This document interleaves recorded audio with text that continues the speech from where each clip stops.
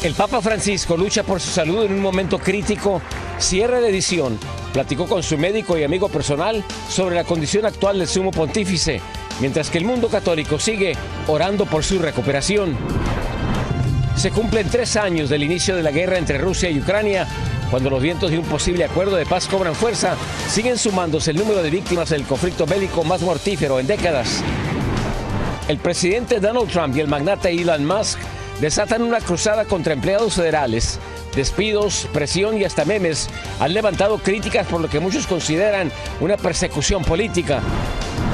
Los Chapitos, la peligrosa facción del cártel de Sinaloa, acorralados por el embate de las autoridades y rivales al interior del grupo delictivo. ¿Será el principio del fin de los hijos del Chapo Guzmán? Polémica en Acapulco, Guerrero. Un presunto arreglo matrimonial infantil fue transmitido en vivo en redes sociales. El acuerdo entre familias desata indignación y expone omisiones por parte de las autoridades. Missy Mbappé, Diego Drogba y hasta Karol G, una familia hondureña lleva su amor por el fútbol y la música al extremo, con nombres de celebridades para sus 11 hijos. Así iniciamos su noticiero nacional, cierre de edición.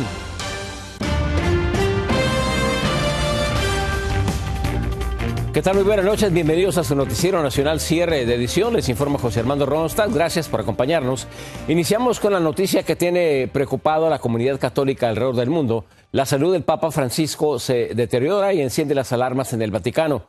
Nuestro corresponsal Anthony Belchi habló con el médico y amigo personal del pontífice y nos explica cuál es la situación actual del Papa. El Papa Francisco ha mostrado una ligera mejoría en las últimas horas, a pesar de que su estado sigue siendo crítico, según ha confirmado la oficina de prensa del Vaticano. El Papa se complicó, tuvo esta crisis respiratoria que obligó a administrarle oxígeno a alto flujo, que significa que le tuvieron que dar oxígeno por una cánula, ¿no es cierto?, que se ubica en las dos fosas nasales. El doctor Castro es una de las voces más autorizadas para hablar de la salud del Papa. Un amigo cercano del sumo pontífice desde hace varias décadas. Ha escrito un libro sobre su historial clínico y está en constante comunicación con el entorno del equipo médico de Francisco. Asegura que hay motivos de preocupación. Su edad, 88 años, no ayuda, pero además hay otros factores que complican su situación. Primero, obviamente, todo el árbol respiratorio, después de aquella extirpación del pulmón, siempre fue para él un punto débil. Segundo, el no caminar y tercero, la obesidad. En mayo también fue diagnosticado con anemia, pero es que quienes han tratado con él en la cercanía reconocen que es un paciente que no se ha preocupado mucho por su salud. Ha sido un paciente difícil y de una manera penosa nunca quiso operarse de la rodilla, ¿sabes? Y eso generó un deterioro importante. Pese a todo, el Papa Francisco ha abordado con franqueza cómo iba a afrontar una eventual situación delicada de salud, admitiendo que contemplaba incluso la renuncia de su papado. ¿Cómo piensa su muerte? La pregunta. Y él dijo, puede ser como papa o papa emérito y en Roma. Por ahora, el equipo médico del Papa continúa manteniendo un monitoreo constante mientras numerosos feligreses en todo el mundo, también aquí en Estados Unidos, rezan por su recuperación. Desde Miami, Florida, Anthony Belchi, Noticias Estrella TV. En otro tema, se cumplen 3 años de la incursión de Rusia en Ucrania, que ha dejado cientos de ciudades destruidas, millones de desplazados y una cifra de muertos que sigue en aumento, marcando el conflicto más sangriento del siglo XXI. El programa de datos sobre conflictos de la Universidad Uppsala en Suecia estima que entre 174.000 y 420.000 civiles y combatientes han muerto tras el inicio de esta guerra. De esa cifra, la Oficina del Alto Comisionado de las Naciones Unidas ha verificado que por lo menos 12.500 civiles han muerto en Ucrania y un gran porcentaje de estos al inicio del conflicto en el año 2022.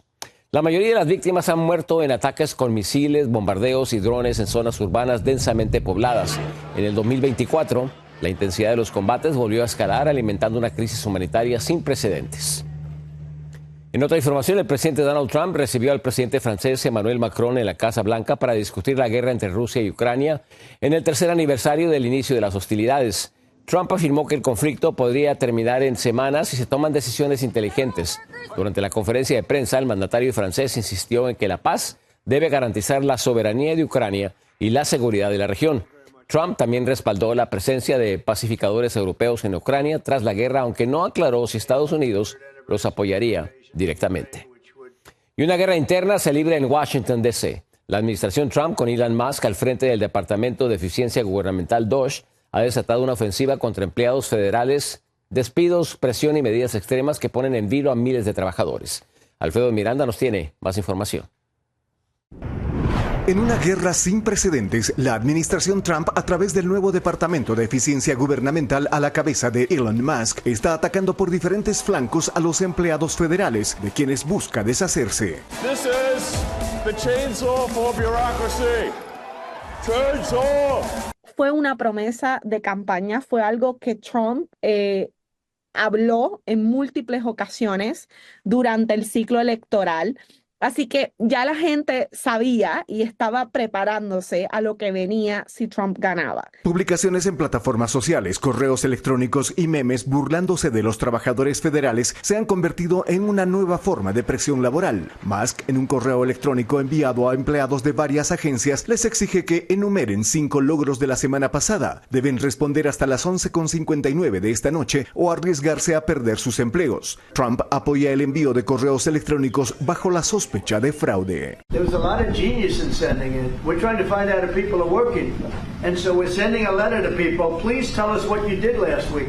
If people don't respond, it's very possible that there is no such person or they're not working. Algunas agencias vinculadas a la seguridad nacional instruyeron a sus empleados ignorar el pedido de Musk. Continúan registrándose manifestaciones de protesta en contra de los despidos. Ciudadanos critican a la administración por la forma de abordar el asunto. My point, though, is the conservative approach is to take this in a slow and methodical way so that you make sure you do it right. And that's not happening.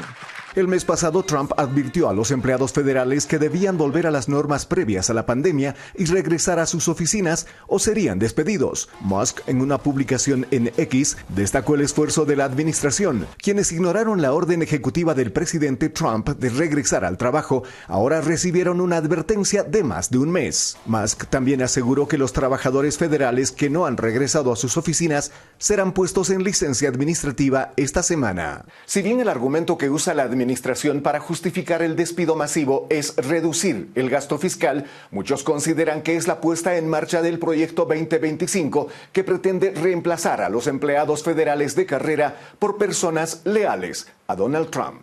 Más allá del plan o la meta o el objetivo que se plantea, esté dentro de esta agenda o dentro de otra agenda, es qué pueden hacer legalmente. Y yo creo que ahí es donde debemos de estar más pendientes. ¿Cómo van a reaccionar las Cortes? ¿Cómo va a reaccionar el Congreso? Muchos consideran las acciones del gobierno como amedrentamiento, hostigamiento y ofensas a sus empleados, al punto de que el presidente publicó un meme burlándose de los trabajadores federales. En él se ve a Bob Sponge en el rol de empleado federal escribiendo lo que hizo la semana pasada. Todo empleado, ya esté en el sector público o en el sector privado, merece respeto. Que estos trabajadores se sientan apoyados, se sientan respetados y que se velen por los derechos que todos merecen. Alfredo Miranda, Noticias Estrella TV.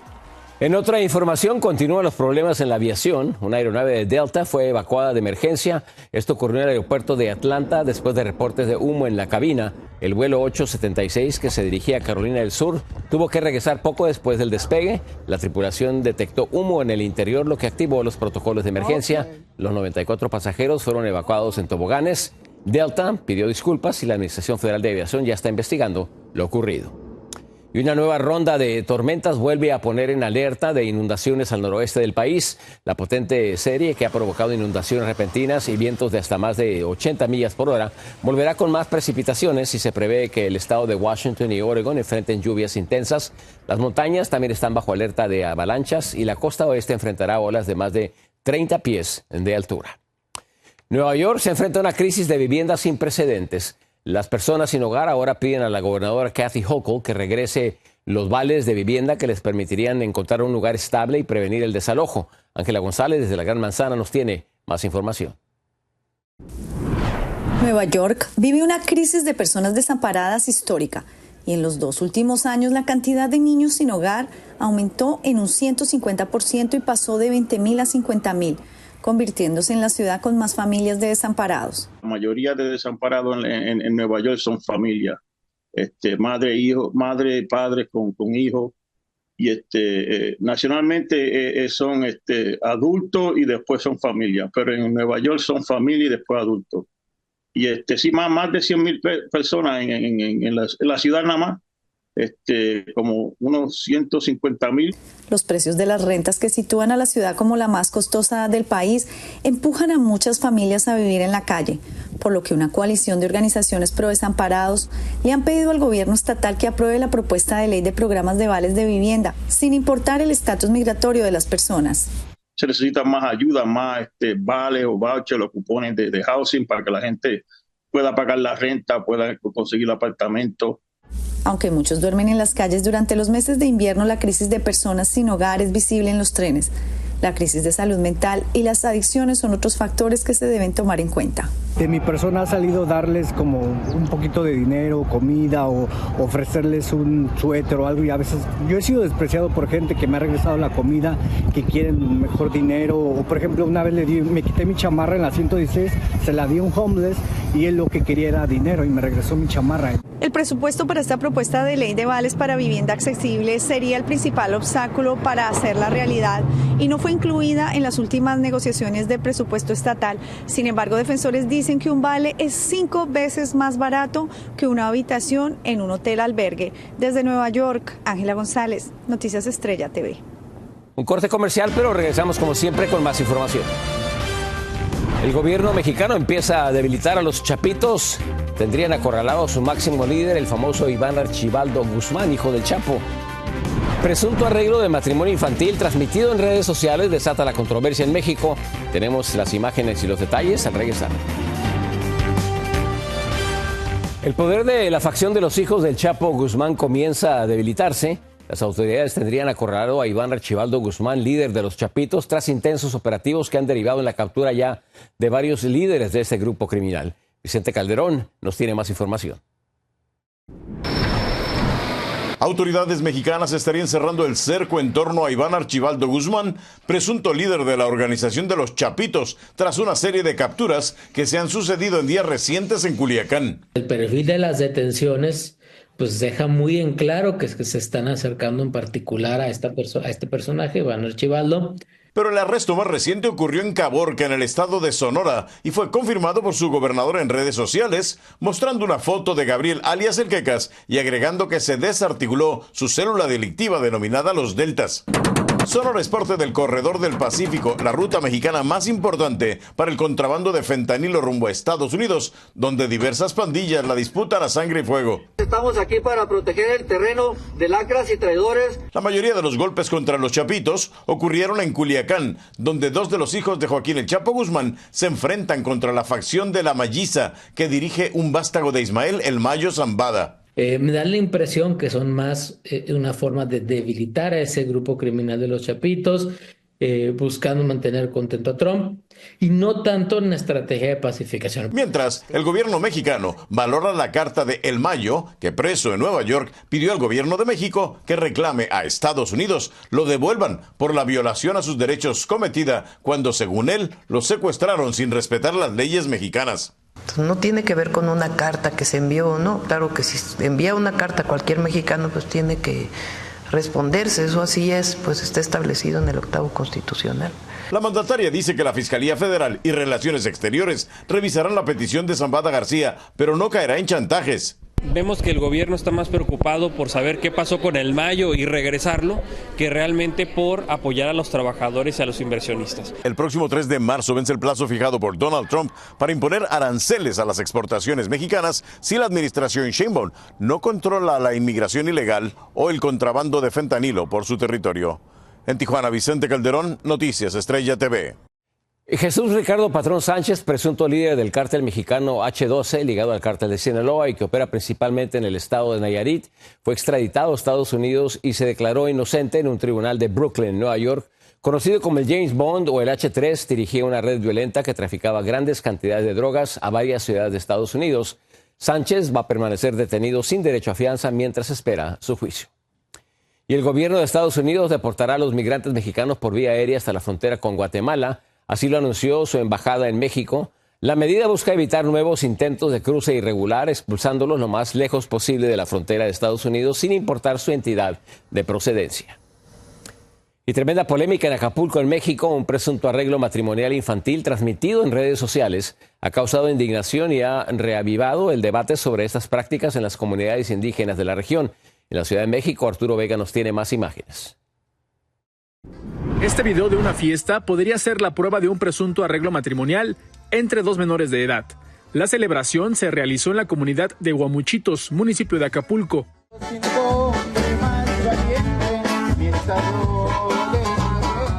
Las imágenes que se transmitieron en vivo a través de redes sociales generaron polémica, ya que aparentemente las familias de los dos menores de edad acordaron dicha unión, justificando los usos y costumbres, una acción común que se tiene en la región. Es algo muy común, especialmente en la Costa Chica y en la montaña de Guerrero. No fue un matrimonio civil, tampoco fue un matrimonio por la iglesia.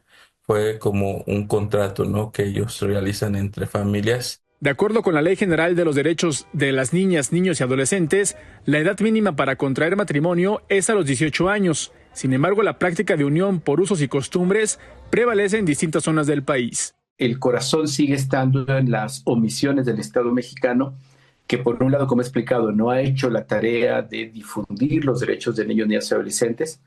México sigue teniendo un gran desafío de cambio cultural para reconocer a los niños y niñas como personas con derechos propios. De acuerdo con el censo 2020 del INEGI, más de 237,000 mujeres de entre 12 y 17 años a nivel nacional se encontraban casadas o unidas.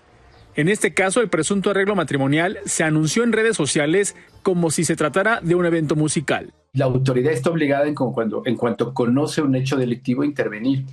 Esa reunión, ese acto como tal, tuvo que haber sido suspendido inmediatamente. La presidenta municipal de Acapulco dijo que como esta presunta unión no se dio ante un registro civil, la autoridad no puede actuar para investigar el caso. Desde la Ciudad de México, Arturo Vega, Vivanco Noticias, Estrella TV. Sigan con nosotros, regresamos con más noticias.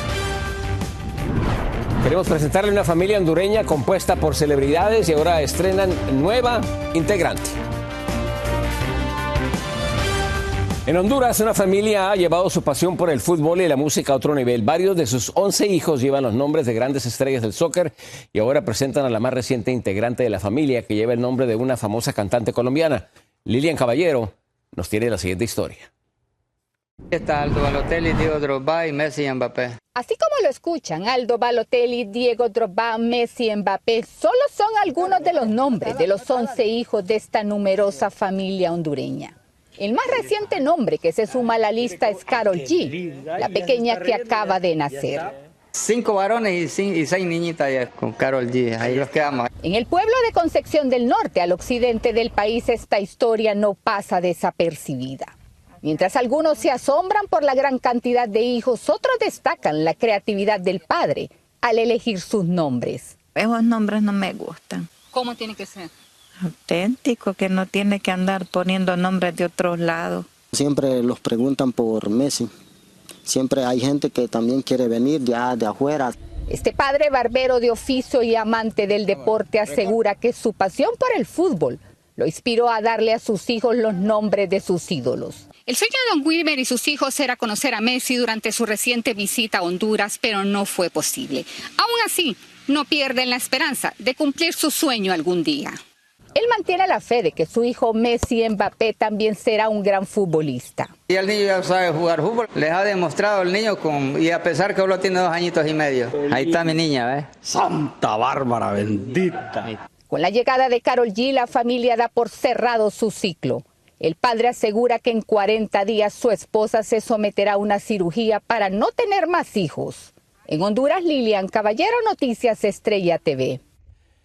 3 tripulantes en Florida fueron rescatados tras pasar 9 horas en alta mar después de que su embarcación se volcara. La Guardia Costera los localizó aferrados a su bote volcado muy cerca de la isla Captiva luego de que un familiar reportara su desaparición.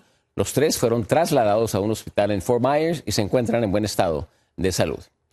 Y unos delincuentes se han robado un inodoro, pero no es cualquier inodoro. Se trata de una obra de arte hecha completamente de oro de 18 quilates, valuada en $6 millones. La pieza, titulada América, fue sustraída del histórico Palacio de Buckingham en Inglaterra en un robo que duró tan solo menos de 5 minutos. Ahora 3 hombres están siendo juzgados por el crimen. El inodoro no ha aparecido. Las autoridades creen que fue desmantelado o vendido en piezas.